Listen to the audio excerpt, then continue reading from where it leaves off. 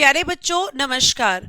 वैसे तो बेटा आपकी ये जो बुक आ रही है इसमें आपको एक सफिशिएंट कंटेंट दिया गया है हमारी तरफ से, लेकिन फिर भी मुझे जो लगा कि इस बुक के साथ हमें वीडियो के माध्यम से और भी जानकारी आपको देनी चाहिए, वो जानकारी इस वीडियो के माध्यम से मैं आपको दे रही हूँ।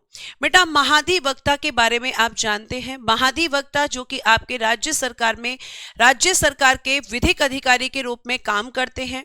तो अब हम ये जानेंगे कि महाधिवक्ता कौन होते हैं, ठीक है, राज्य सरकार में इनकी क्या भूमिका होती है, ये सारी चीजें मैं आपको इनके बारे में बताने वाली हूं। बेटा जब हम महाधिवक्ता की बात करते हैं तो एक सिंपल भाषा में मैं आपको चीज बता दूं कि जो महाधिवक्ता होते हैं, ठीक है, महाधिवक्ता एक तरीके से राज्य सरकार के वकील होते हैं। और महाधिवक्ता की जब आप बात करेंगे तो देखो लिखा हुआ है कि राज्य सरकार के वकील होते हैं, यानी जिस तरीके से आपको अपने कानूनी मामलों के लिए वकील की जरूरत होती है ऐसे ही राज्य सरकार को भी होती है। महाधिवक्ता आपके संविधान के भाग 6 में है। महाधिवक्ता जो होते हैं वो राज्य सरकार के सर्वोच्च विधिक अधिकारी होते हैं, यानी हाईएस्ट लीगल ऑफिसर होते हैं। सबसे बड़े विधिक अधिकारी राज्य सरकार में अगर कोई होते हैं तो वो महाधिवक्ता ही होते हैं।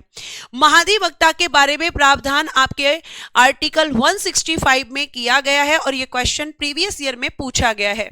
इनकी नियुक्ति राज्यपाल के द्वारा की जाती है, ठीक है, लेकिन ध्यान रखिएगा केंद्र सरकार के परामर्श से या केंद्र सरकार की राज्य सरकार की सलाह पर, ठीक है, राज्य सरकार की सलाह पर, यानी अपॉइंटमेंट भले ही गवर्नर करते हैं लेकिन आपको ध्यान रखना है कि राज्य सरकार जिसको कहती है उसी को राज्यपाल को इन्हें अपॉइंट करना पड़ता है।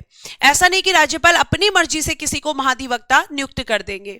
ये राज्यपाल के प्रसाद पर्यंत पद धारण करते हैं। इसका मतलब होता है कि आपके जो राज्यपाल हैं, ठीक है, राज्यपाल द्वारा इन्हें कभी भी हटाया जा सकता है, राज्यपाल द्वारा इन्हें हटाया जा सकता है। लेकिन ध्यान रखिएगा कि जब ये अपॉइंटमेंट अपनी मर्जी से नहीं करते तो प्यारे बच्चे ये हटाते भी अपनी मर्जी से नहीं है बल्कि राज्य सरकार की सलाह पर ही हटाते हैं, राज्य सरकार की सलाह पर ही हटाते हैं। आपको ये बात ध्यान रखनी है।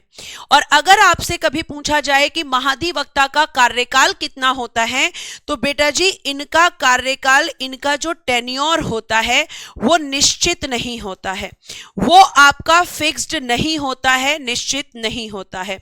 ये आप ध्यान रखेंगे क्योंकि इनकी नियुक्ति राज्य सरकार के द्वारा ही करवाई जाती है। तो जब तक राज्य सरकार होती है तब तक ये भी अपने पद पर रहते हैं, ठीक है।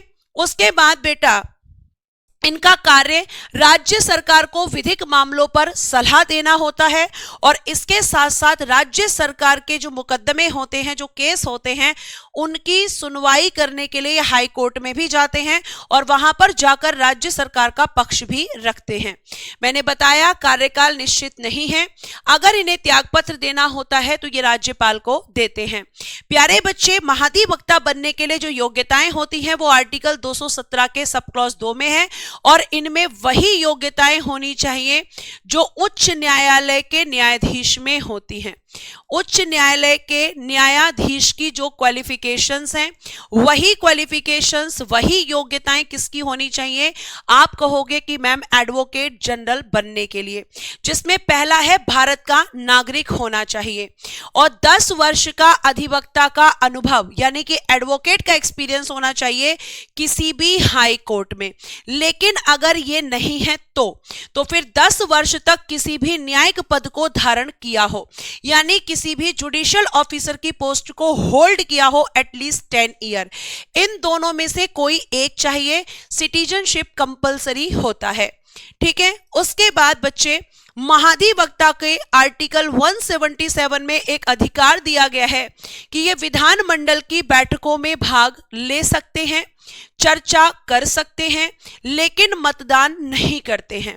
क्यों मैम मतदान क्यों नहीं कर सकते?